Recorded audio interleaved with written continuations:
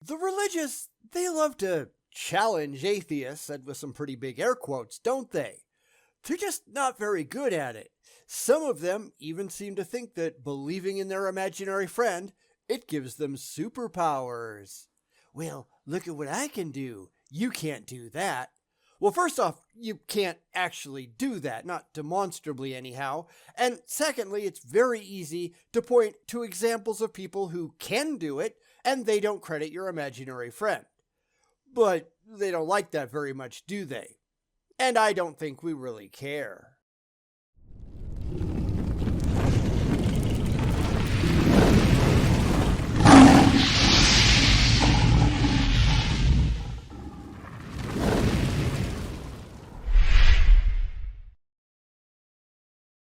Today, we're going to take a look at a video by Christopher Enoch, who has a challenge for atheists. It's not a good challenge, of course, none of them ever are, but it's amazing just how easy it is to take apart this idiot's claims and dismantle his challenge, because everything that he's saying is just based on claims. Not facts, not evidence, not anything he can demonstrate as true, just his say-so, because he really likes the idea. And that's not very bright, is it? So let's get into it. Today, more than ever, there are so many people out there that are atheists. And it's not going to get any better for you in the future. Now, we've been through the statistics that show that religion is dying, big time, in the Western world. And I'll still get theists saying, well, yeah, but it's still healthy in the third world, as if that means anything. Yes, where they are uneducated and irrational and drinking cow piss, yes, they still believe in gods. And that is not the victory you seem to think that it is. So we're still at the point where religion is dying anywhere that really matters. What's your point? They say God or Jesus is just a fable or a delusion or a fairy tale. Because it is. This is what every single shred of evidence that we have available to us right now shows to be true. Now, this video is a supposed challenge to atheists, and his thumbnail says something like, produce these exact same results without God, and I think we're going to have to revisit this one in a second, but I was looking at his video description hoping he'd have repeated the idea so I didn't lose my place in the video, and it turns out that it's all self-promotion. And way down at the bottom, he says, well, you may download, save, and keep a copy of this video on the conditions you do not alter, sell, or monetize it, or any other part of it. Yeah, too bad for you. Apparently, he's never heard of fair use, where I can do all of the above and respond to it, transform it into something else, in any damn way that I please, and I don't need his fucking permission. I don't care what he wants, and nobody else should either. Anyway, let's get back to his claims in this mysterious challenge, because I bet it's going to be ludicrous. The greatest evidence that God exists is in the lives of the people that he has miraculously changed. Bullshit, because there are just as many Muslims who claim that their lives have changed because of Allah.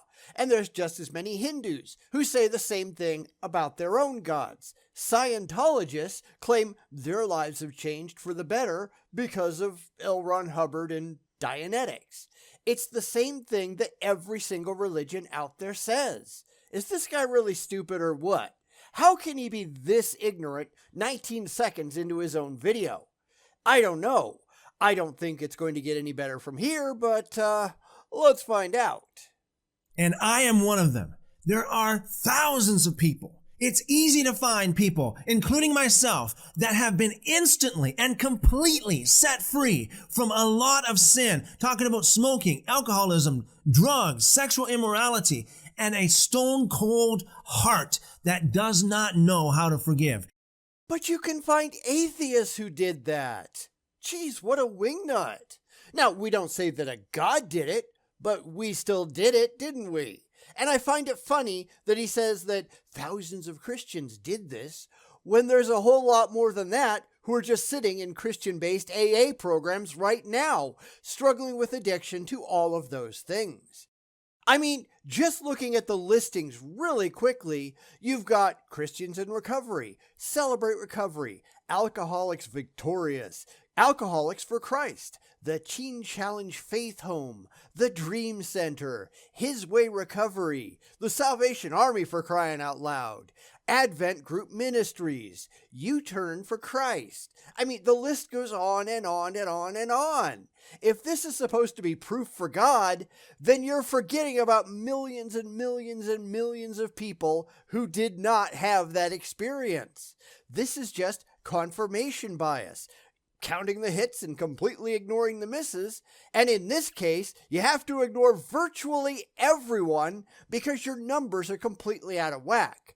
And this goes for all religions. Muslims make the exact same kind of claims. And I did a video on that a while back where I went into detail on the massive drug and alcohol problems in Muslim-majority countries. Allah is not saving those people any more than God supposedly is. This guy is a complete moron. That will not forgive. Change the heart completely into a heart that is willing to forgive. I never really understood the emphasis on forgiveness. Now, sure, it's probably good to forgive people who have wronged you, otherwise you're just looking at hatred interfering with your own life, but I think it's more a matter of understanding the early days of Christianity, where Christians made up a very tiny percentage of the population, and they really didn't have much of a choice because they didn't have any social power. Turn the other cheek because if you don't, you're going to get your ass stomped. You know, stuff like that. Then, when they got political and social power, they didn't have to turn any more cheeks. They just murdered and abused anybody that they liked because nobody could stop them. Now that they're out of favor again, that they don't rule the roost, they're just going back to it because, again, they're going to get their asses kicked if they don't.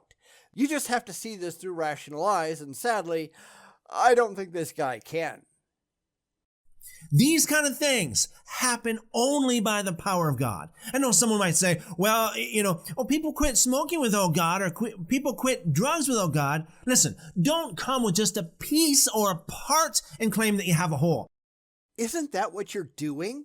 Because, as I already showed, there are millions and millions and millions of people that supposedly have God who don't quit drugs or alcohol. They don't stop hating people. Hell, the Christian-specific therapist profession is massive. I mean, I just pulled up a list of Christian therapists near me, and there are 17 within 20 miles of my house, and I live in a small community. So I tried to look at a big city, in this case Los Angeles, and there are just way too many for that. So I broke it down to just a single city, in this case Burbank, chosen at random, and there were almost 100 of them in one city. Why are there so many Christians that need therapy if God provides? Explain that for us, won't you? No, you probably won't, because you don't even acknowledge that it exists. I'm talking about people who have been instantly and completely set free from all of this stuff in an instant by the power and by the presence of God. I don't believe you. That is a testable claim. All you have to do is take a Christian who's addicted to drugs, say, and tell them to pray to God to heal them in an instant. Does it happen? No, not ever.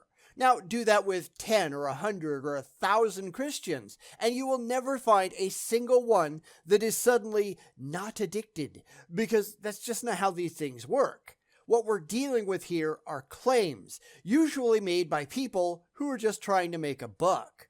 Well, God made me all better. Really? Prove it. I mean, to get away from drugs and alcohol, since we've done that to death, Ted Haggard, who is really just a meme at this point. Ted Haggard is completely heterosexual. Ted Haggard is completely heterosexual. Ted Haggard is completely heterosexual. Glory, how he blew ya. Has been accused again of touching young men inappropriately, even after he was spiritually restored by God, and writing a book about the experience. And he's still doing it. One of the new accusers was even a minor when the abuse started in 2019. he is not remotely alone in this. Within just the last couple of years, abuse by Bill Hybels, formerly of Willow Creek Community Church, Carl Lentz, formerly of Hillsong, New York City, the Manhattan branch of the global megachurch, and the late Ravi Zacharias, who founded Ravi Zacharias International Ministries, those have all come to light. Not to mention probably hundreds more that we don't even know about yet. Why didn't God miraculously heal these idiots? Oh, right, it's just a scam. How silly of me. I am one of them. So don't give me this, well, people went to rehab and quit without God. It's like coming with a steering wheel and saying that you have a car. It's like coming with just a little piece of paper and saying that you have a book. Don't come with a little piece. I'm talking about the whole package, instantly and completely. And prove to us that that ever happened. Not what you claim. Where was it ever demonstrated under controlled laboratory conditions? And of course, the answer to that is never. If we ask this dipshit to back up his claims, I'm sure he'd just come up with, oh, well, you can't test God or some stupid nonsense like that. But I'm not testing God, since there's no reason to think that God is real. I'm testing you. I am testing your claims, and I don't think they're going to stack up very well against reality. Of course, there are always a lot of excuses. Well, they're just not a real Christian. Sure, then how do we determine who is a real Christian versus who is not? They seem to have no answers to that, do they? Because if we take on one of these real Christians and run the experiment on them, and it doesn't work out, what does that say? So they'll just go to, well, it'll work on real Christians, but not on fake Christians, so that's how you know who the real Christians are. Except I don't think it works on anyone. And even if it does, as I've pointed out before, but the incredibly small number of people that it might work on, if any, that just shows how piss-poor pathetic Christianity actually is, that they don't really have a lot of people in the real world. And they don't want to admit to that, do they? So they're just left pissing into the wind. Why is that not a surprise? And someone may say, well, it's only because of mental power that you did this. Oh, it happened because of mental power. Oh, well, I take that as a great compliment. Thank you for assuming that I have such power. You don't. You're just delusional. Please demonstrate in some objective fashion that this has ever happened at all. Your claims are not impressive. Am I calling you a liar? Yes. Yes, I am. I'm also calling you a pompous asshole, but that's for entirely different reasons. Because here's the thing. Even if you could prove that it ever happened for you, or for any Christian for that matter, what are you going to do with the atheists or the Muslims or the Hindus that it's also happened for? Are you just going to claim that they're Christians in some way? Because I wouldn't be surprised at that at all. Or are you just going to look the other way and yell, "What's that?" Because this is where these people really go wrong. They are so deluded that not only do they not care if their own claims are true, and we all know that that's the case, but they'll ignore the same thing in others just to get back to their emotionally comforting conclusion where they started. And that's why we don't care about their claims. We care about the evidence that they can bring to the table with corroboratory proof that it actually happened at all. Got any of that? Yeah, I didn't think so. That miraculous things can happen in an instant, like that, completely and totally and permanently changed. Just ask Ted Haggard. Oh, but the excuse will start coming out again, well, he's not a real Christian. And I'm sure he'd say the exact same thing about you. Playing no true Christian doesn't get anyone anywhere. It doesn't matter what you claim, it matters what you can prove, and none of you can prove a damn thing. For every supposed Christian who was permanently changed, you can find 100 who just said the same thing, but are still getting drunk or high or screwing male prostitutes in secret. How do you prove that you're cured without constant supervision? It's like the woman in Seattle who claimed that she lived on light alone for years and years at a time, but when she was put under actual direct observation, she failed to be able to do it for more than 4 days in 1999. because after only 48 hours, she was suffering from dehydration, stress, and high blood pressure, and the doctors put a stop to it. This is all delusion, and the religious seem to have a lot of problems in that regard, don't they? And some people might say, well, it's because of indoctrination that happened. It happened because you were indoctrinated into that. Oh, really? For me, it happened when I wasn't a churchgoer. Actually, it didn't even happen in church. I didn't come from a family that was a church-going family. So why do you think that God was responsible? Was this something that you came to after you became religious? I'm still waiting for any evidence whatsoever that God was demonstrably involved, but let's be honest, we're not going to get that, are we? It's all just assertions and interpretations, things you wish were true because it makes you happy to think so. Then you just get on YouTube and start asking for money because you know that the religious, they're not really that bright, and just spouting a comforting message is likely to get them to open their wallets. We know what you're doing, dude. You're not fooling anybody. So don't give me this indoctrination crap. And by the way, if you think that it's just because of a belief or because of indoctrination, then I challenge you. Produce your own doctrine. Produce your own indoctrination that produces the exact same results. Indoctrination doesn't do anything. Yes, you can do some pretty amazing things if you convince yourself that you can. You can find people who can hold their breath for a really, really, really long time. Budimir Sobat, a 56-year-old freediver, he held his breath underwater for 24 minutes and 37 seconds, no gods required.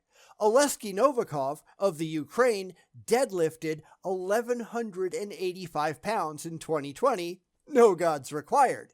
And you think that sounds unbelievable, but Novikov came back in 2022 and lifted 1,210 pounds. Still no gods. These are things that sound impossible, but people do the impossible every single day. It's only impossible until somebody actually does it. Before then, it's just very, very unlikely.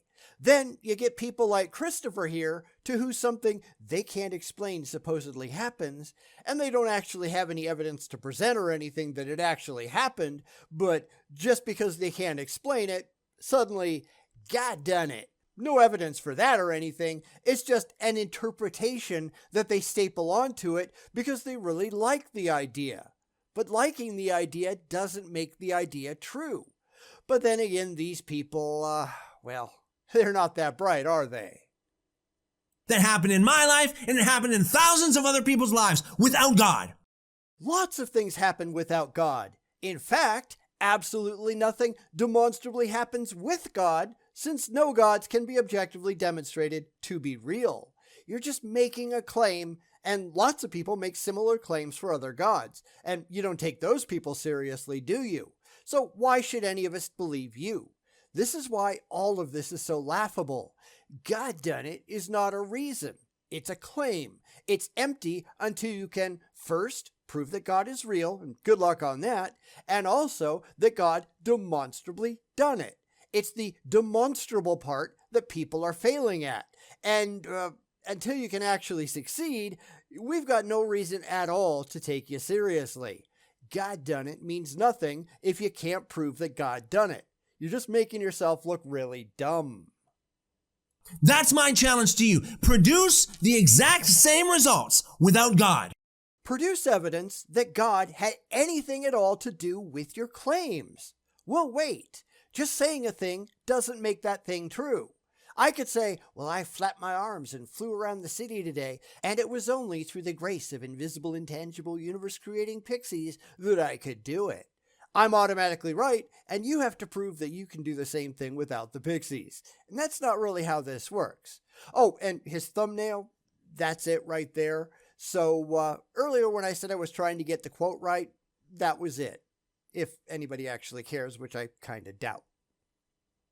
Set people free from all of their drug addictions, alcohol and nicotine addictions, and their sexual immorality as defined in the Bible. Set people free from that. Change their lives and change their hearts in an instant, like it's happened to me and thousands of others, if not millions of others. Do the same thing without God. I dare you?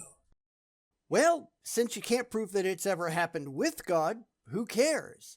We can easily show that God doesn't heal all Christians, or even a significant percentage of them, and that you can't demonstrate that any of this bullshit you're claiming is true. So, my response to your challenge is, you first. This is a classic case of confirmation bias, counting the hits, even if they're imaginary, and then entirely ignoring the misses because they don't make you happy. This is why we're not remotely impressed with any of this crap, because this is so obviously, painfully obviously, ignorance on display. There isn't an ounce of skepticism going on here whatsoever. It's just what he really wants to believe. But let's be honest, this goes for just about all religious people out there. How many come here to this channel and make absurd claims in the comments? Well, God done it. Okay, prove it. But God done it. No, that's a claim. Don't claim it, show your evidence. Produce your evidence for God. But God done it. That's how it always goes. They really want to get to God, but they can't show how they got there. They can just say, well, I'm here now. Great, how'd you get there? Well, I'm here now. It's really, really stupid. That's why they turn to faith, and faith doesn't mean anything. Now, if this guy was sitting right here making these kinds of claims, I would correct him.